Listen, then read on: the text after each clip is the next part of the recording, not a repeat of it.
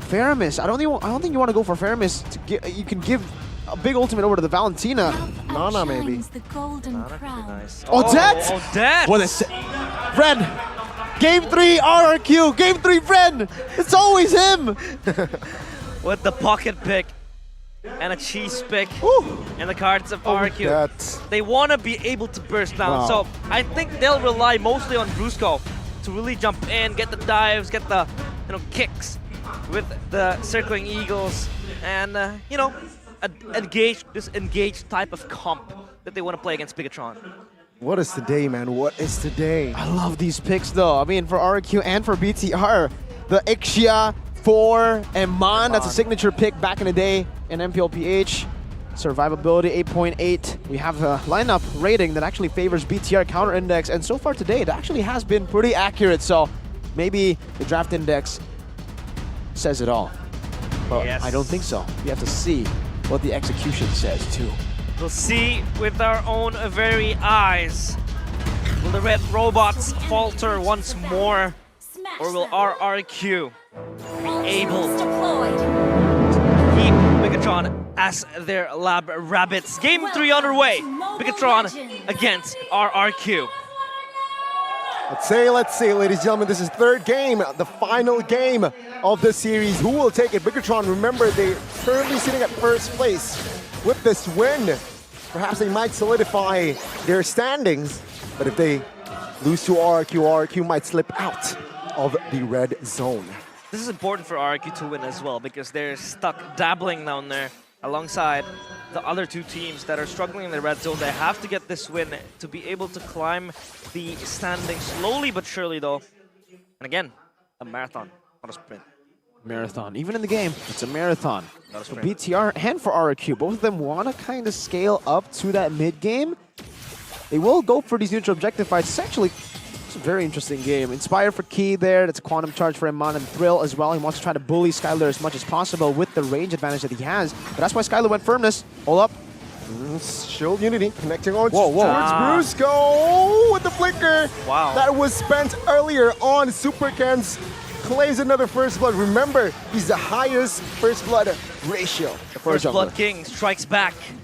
And that was so much damage. Although JM stuck. Oh, he's still A-okay though.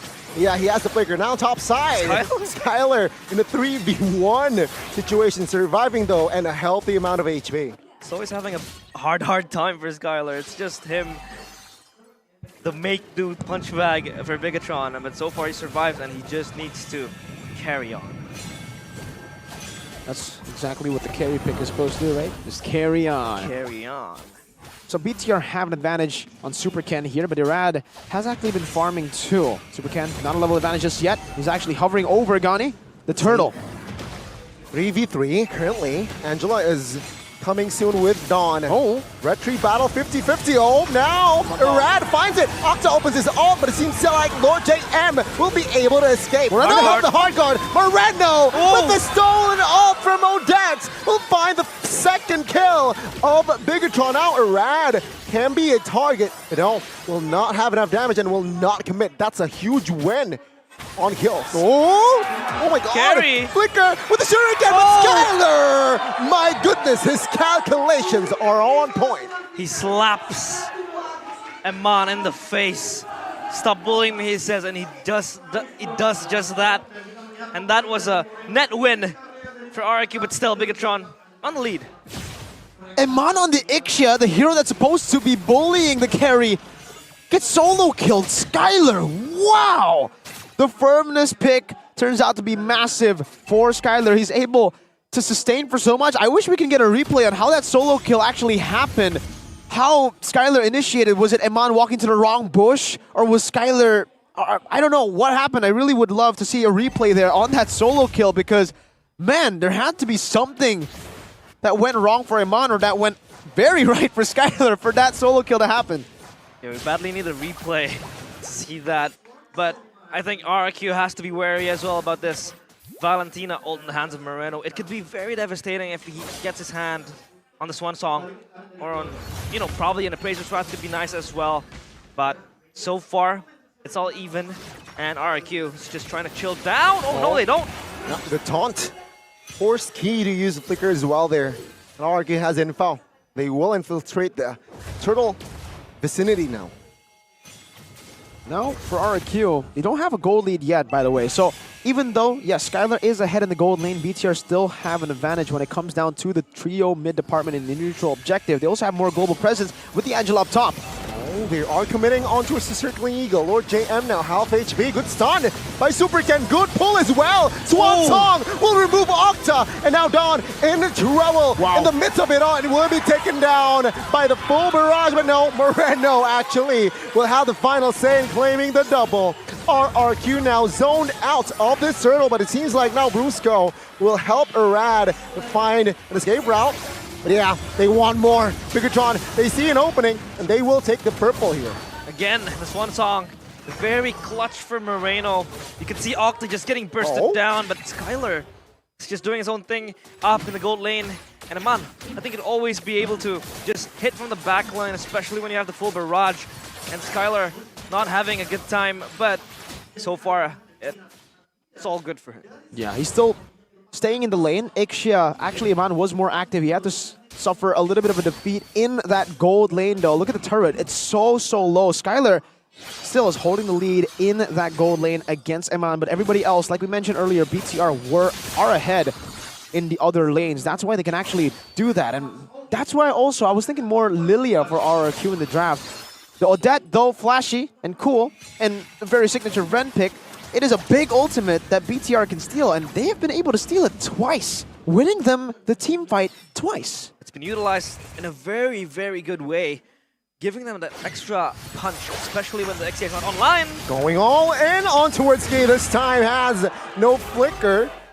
Well, has the flicker, but will not use it, and will be punished topside. Good reaction from RRQ, just spending more members, trying to push out, make this game uncomfortable for Iman. And I think RRQ is just trying to slowly creep in and get their items, get their laners online, get their power spikes going on. But again, you have to be wary of Moreno. They're still playing for Skylar a lot. They have Corrosion Sights. He's actually 500 gold up now compared to the Ixia. So he will have the golden staff first over the DHS for the Ixia, but they're actually not too far apart from each other. Only 600 gold. Not any game changer, just a significant advantage. And Angela will actually be the one who gets sent up top to clear out the waves against Skylar. Not too sure about this because Skylar can really ignore Key. Goes in, has the brace, but actually does that much damage with one combo. Iman. Let's see. Stuck. Hard guard committed as well, but the damage now. Iman will not survive. The Swan Song will be there, but the pull will not be enough to terrify Moreno. Finding the count play, perhaps. Octa taken out. Brusco on the backside looking for a reinforcement. But on the other side of the map, it's Skylar. Solo killed by Super Ken. So much going on in the 3 lanes. You saw again the Swan Song being stolen, and that was the saving grace for Bigetron to get out of that terrible ordeal. But then you saw Skylar getting 1v1 by Super Ken with a Baxia. So now it's just a swing on both sides. Oh, I don't think they should commit, but Frizzle's Wrath will be triggered. And Moreno will be A-OK for now. 8 minutes in. It's a very healthy lead here that Bigetron has built. Oh, Super Ken now top side. Hovered by the hard guard, but no, it will not be committed. Not yet. BTR are still holding on to the gold lead, by the way, despite Iman being 0-2. Moreno and Super Ken, like you mentioned, have been really, really good. Super Ken's been able to find these angles. Hold up, Key getting engaged on, has that flicker, so he will be able to get out to safety. Lord JM actually picks up a turret, and look at this maneuver.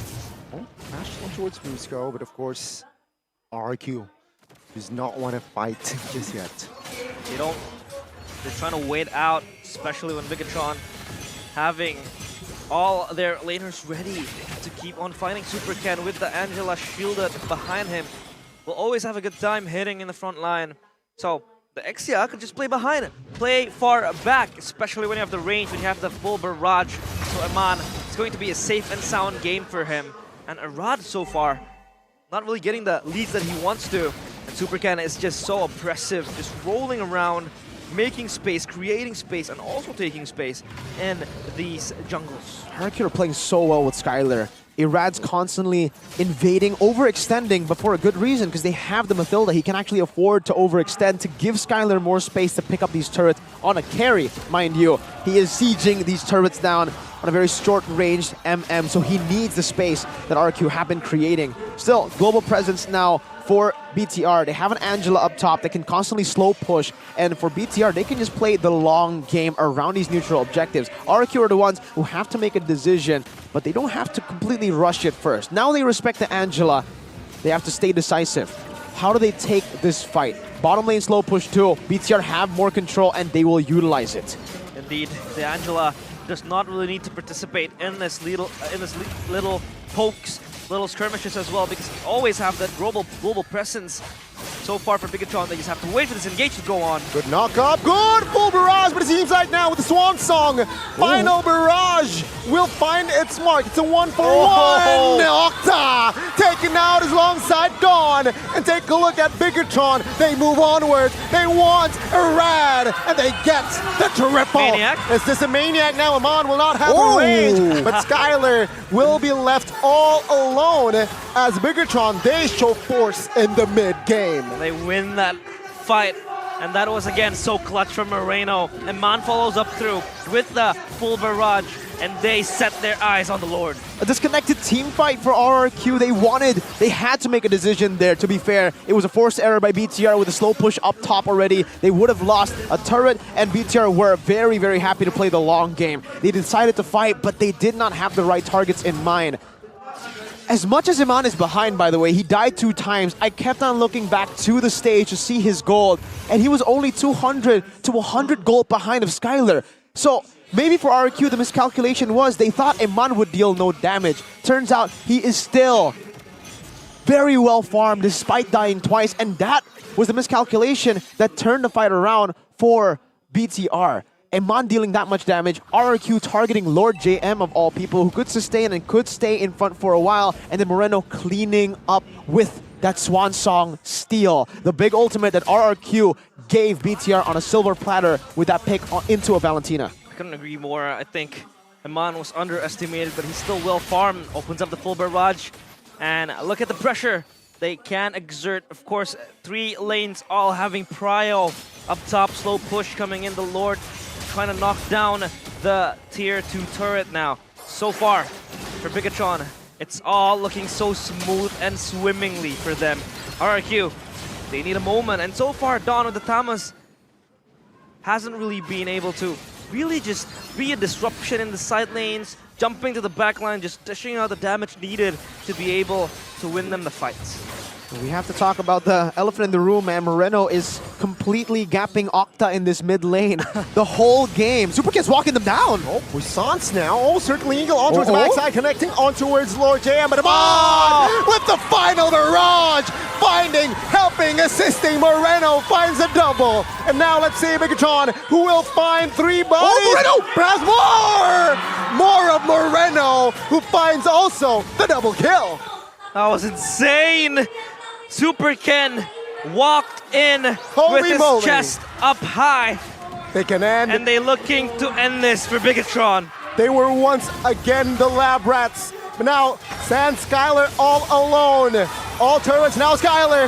Last man standing with a major pop, but it will not be enough as Amon finds the unstoppable. Amon has the minions, finds the attack speed as well. The damage wide open. Minions, minions! Not yet! Minions! Full barrage opened up and finds a monster, but it seems like Octa with the Swan Song will not be able to defend the base. It will be another wiped out.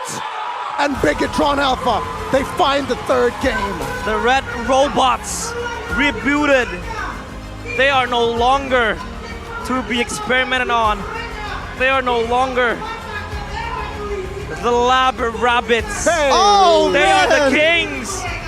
And Starlest in the building, a proud CEO. Bigetron take this monumental win as they cement themselves up in the standings. Moreno is so good, my god. What a performance by BTR in Game 3. An amazing draft to end the series off. The Valentina to predict a very cheesy Odette. And like we said, the Odette served the swan song in a silver platter. Here you go. For Moreno. Absolutely mid-gapped in this series, but especially in Game 3. Moreno showed up when the team needed him the most. And Man kept on farming, was given space to farm because Moreno was such a menace on the other side. If it wasn't Moreno, it was Super Ken. They have so many plans upon plans to help when the first plan, the initial one, fails. Bigetron Alpha will push their record to 5-1 and will stay atop the league in MPL ID Season 13.